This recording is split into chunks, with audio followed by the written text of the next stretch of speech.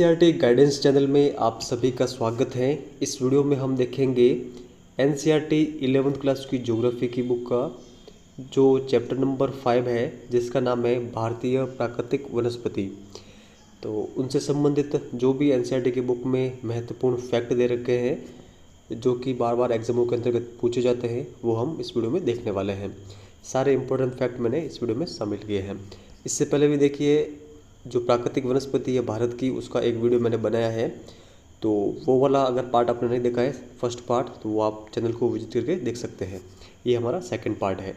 शुरुआत करते हैं। भारत में वन्य जो प्राणी संरक्षण है, इसके बारे में एनसीईआरटी के अंतर्गत कुछ इंपॉर्टेंट फैक्ट दे रखे हैं। भारत का वन्य प्राणी जो अधिनियम है, ये कब लागू हुआ था? 1972 के अंतर्गत। इस अधिनियम के दो मुख्य उद्देश्य थे। दो मुख्य उद्देश्य क्या क्या थे वन्य प्राणी अधिनियम 1972 के? एक था संकटापन्न प्राणियों को सुरक्षा प्रदान करना, और एक था नेशनल पार्क, पशु विहार जैसे संरक्षित क्षेत्रों को कानूनी सहायता प्रदान करना। तो ये दो मुख्य उद्देश्य वन्य प्राणी अधिनियम के रखे गए थे। ये आप ध्यान रखिएगा। इस अधिनियम को 1991 में पूर्णतया संशोधित कर दिया गया। तो ये भी आप ध्यान रखिएगा, कब पूर्णतः संशोधित कर दिया गया? 1991 में। आगे देखिए, देश में 103 नेशनल पार्क और 563 वन्य प्राणी अभ्यारण्य है, वन्य जीव अभ्यारण्य।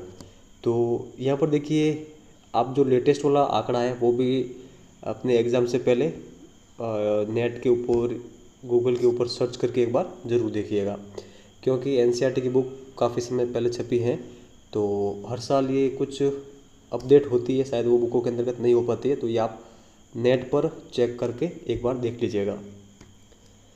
यूनेस्को के मैन एंड बायोस्फीयर प्रोग्राम के तहत भारत सरकार ने वनस्पति जात व प्राणी जातों के संरक्षण के लिए महत्वपूर्ण कदम उठाए।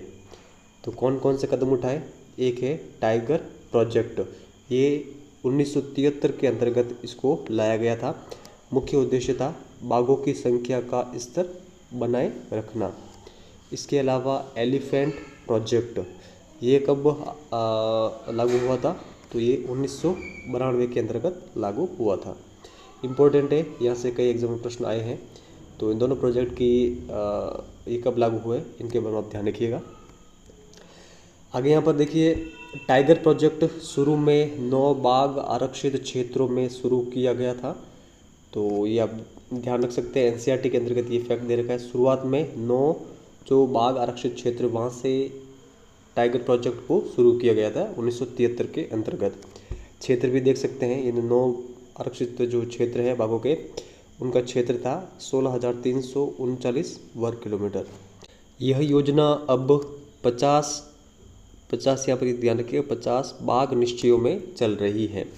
शुरुआत में तो 9 बाघ आरक्षित क्षेत्र थे, वर्तमान में 50 या इससे अधिक ही हैं। इसके अंतर्गत ये टाइगर प्रोजेक्ट चल रहा है। क्षेत्र की अगर हम बात करें तो 71,027.10 वर्ग किलोमीटर।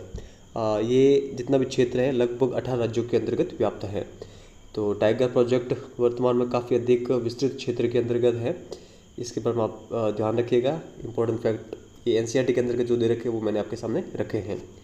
देश में 2020 में बाघों की संख्या जो थी वो थी 2,967। तो ये आप ध्यान रखिएगा। इसके अलावा जो विश्व के कुल बाघों की संख्या का लगभग 70% है, ये भी इम्पोर्टेंट फैक्ट है। तो ये ध्यान रखिएगा। 2020 तक का ये आंकड़ा दे रखा था बुकों के अंतर्गत, तो वो मैंने लिया है। आगे देखते हैं हम। अब देखिए, ये है जीव मंडल निश्चय आरक्षित क्षेत्र। ये विशेष प्रकार के भौमिक और तटीय पारिस्थितिकी तंत्र है। यूनेस्को ने मानव एवं जो जीवमंडल है प्रोग्राम के अंतर्गत इनको मान्यता प्रदान कर रखी है, जीवमंडल निश्चय को। तो जीवमंडल निश्चय के उद्देश्य क्या क्या होते हैं? 3 प्रमुख उद्देश्य एनसीईआरटी में दे रखे हैं। एक है संरक्षण, एक है विकास और एक है व्यवस्था। जीव यहाँ पर जैव विविधता है, जैव विविधता और पारिस्थितिकी तंत्रों को संरक्षण प्रदान करना। पर्यावरण एवं विकास का मेलजोल, यानी पर्यावरण के अंतर्गत जो भी जीव जंतु है उनका विकास भी होना चाहिए, उसको ध्यान में रखकर जीव मंडल निश्चय बनाए गए हैं। पर्यावरण अनुसंधान और देखरेख के लिए अंतर्राष्ट्रीय नेटवर्क, तो ये 3rd नंबर है व्यवस्था। तो ये 3 मुख्य उद्देश्य है जीव मंडल निश्चय बनाने के पीछे। अब आगे देखते हैं, भारत में 18 जीव मंडल निश्चय है, तो इनके बारे में हम देखेंगे। 12 जीव मंडल निश्चय यूनेस्को के द्वारा मान्यता प्राप्त है, तो ये इंपॉर्टेंट फैक्ट है, इनके बारे में ध्यान रखिएगा कि देखिए सारे आपका एग्ज़ाम जब भी हो, ठीक है, उस समय आपको एक बार करंट इनका चेक करके जरूर जाना है। तो आप देखते हैं, अब समझ लीजिए कि एग्ज़ाम में ऐसे भी प्रश्न बनते हैं करंट से, ना ऐसे भी आ सकते हैं कि जो जीव मंडल निश्चय नीलगिरी है ये किन किन राज्यों के अंतर्गत आता है। तो ये आता है तमिलनाडु, केरल और कर्नाटक के अंतर्गत। और नीलगिरी वन्य जीव जो निश्चय है और आसपास के जो ये क्षेत्र है इसके अंतर्गत स्थित है साइलेंट वैली, और एक पहाड़ी का नाम यहाँ दे रखा है सिरुवली पहाड़ी। तो ये इंपॉर्टेंट फैक्ट है जो कि एनसीईआरटी में दे रखे हैं, एग्जाम में कई बार आया हुआ है कि साइलेंट वैली कहाँ पर है। आपको ऑप्शन में दे देंगे नीलगिरी पहाड़ियों में, या फिर नंदा देवी, मानस, ऐसे कुछ भी ऑप्शन आ सकते हैं। आपको ध्यान में रखना है जो नीलगिरी की जितनी भी पहाड़ियाँ हैं उनमें स्थित है साइलेंट वैली। सेकंड यहाँ पर देखिए तिथि की भी बात करें तो तिथि 1-2 की आप ध्यान रख सकते हैं, सारी अगर आप ध्यान रखना चाहें तो आपकी इच्छा है, अदरवाइज तिथि से संबंधित एग्जाम में प्रश्न कम बनता है। यहाँ से तो कौन सा जीव मंडल निश्चय किस राज्य में है ये जरूर पूछा जाता है। तो जो नीलगिरी वाला है ये आप ध्यान रखिएगा, 1986 के अंतर्गत ये बना था। नंदा देवी की क्रम बात करें तो ये 88 के अंतर्गत बना था, जनवरी 1988। और नंदा देवी है का ये आपको जरूर ध्यान रखना है, नंदा देवी है उत्तराखंड के अंतर्गत। नोकरोक भी सितंबर 1988 के अंतर्गत बना था। नोकरोक स्थित है मेघालय के अंतर्गत, जो गारो की पहाड़ियाँ हैं उसमें स्थित है नोकरेक जीव मंडल निश्चय। मानस जीव मंडल निश्चय असम के अंतर्गत है, 1989 के अंतर्गत इसकी स्थापना हुई थी। जो सुंदर वन, ठीक है, ये जीव मंडल निश्चय जो है ये पश्चिम बंगाल के अंतर्गत है, डेल्टा क्षेत्र में। 29 मार्च 1989 के अंतर्गत इसकी स्थापना हुई थी। आगे देखें, आगे यहाँ पर है मन्नार की खाड़ी, तमिलनाडु में स्थित है। मन्नार खाड़ी वन्य जीव जो ये निश्चय है रामेश्वरम द्वीप से लगाकर कन्याकुमारी तक 1989 के अंतर्गत फरवरी में इसकी स्थापना हुई थी। ग्रेट निकोबार की अगर हम बात करें तो ये अंडमान और निकोबार द्वीप समूह के अंतर्गत है, आप सभी को पता है। ये भी एक जीव मंडल निश्चय है 1989। सिमलीपाल उड़ीसा में है, मयूरभंज जिले का ये भाग है। ये जो वन्य जीव निश्चय है ये 1994 इसकी स्थापना वर्ष है। डिब्रू साइकोवा 1997 असम में है।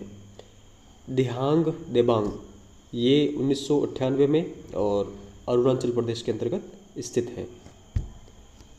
आगे देखते हैं, इनको वापस आगे हम मैप के अंतर्गत भी एक बार देखेंगे। इसके अलावा यहाँ पर दे रखा है पंचमंडी 1999 मध्य प्रदेश। कंचनजंगा 2000 ये कहाँ पर है, सिक्किम के अंतर्गत है, उत्तर व पश्चिम सिक्किम में। अगस्त्यमलई ये केरल में है, 2001 में इस जीव मंडल की स्थापना हुई। कचनकमर अमरकंटक ये कहाँ पर है, मध्य प्रदेश व छत्तीसगढ़ में, 2005। कच्छ जीव मंडल निश्चय 2008 गुजरात।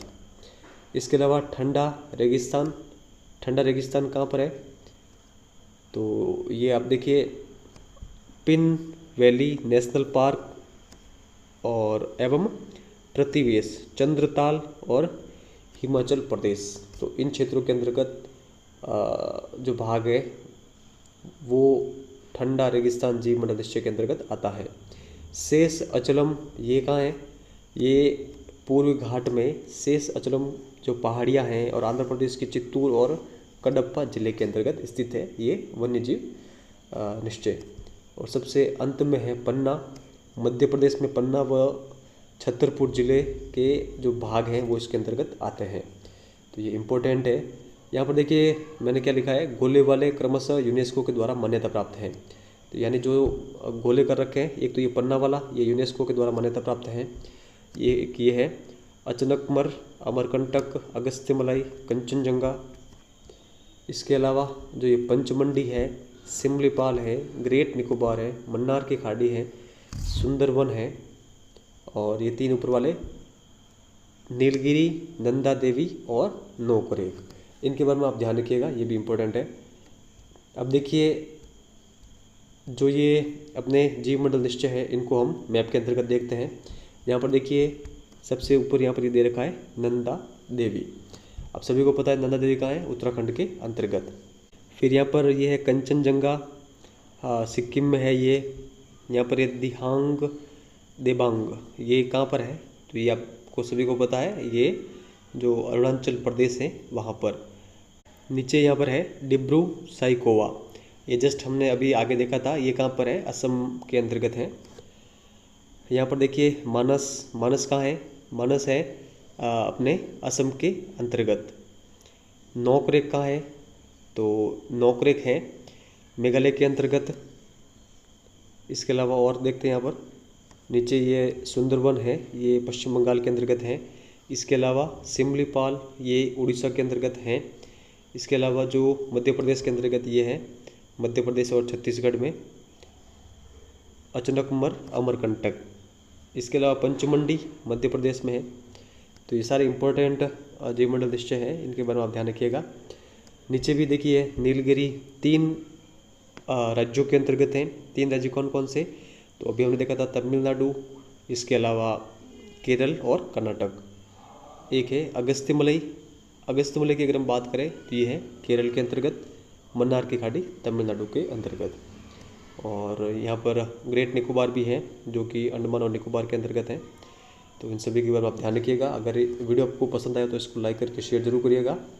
और इससे पहले जितने भी हमने क्लासेस ली हैं वो अगर आपने नहीं देखी हैं, आप चैनल को विजिट करके उनको भी देख सकते हैं। तो इस वीडियो में इतना ही, धन्यवाद।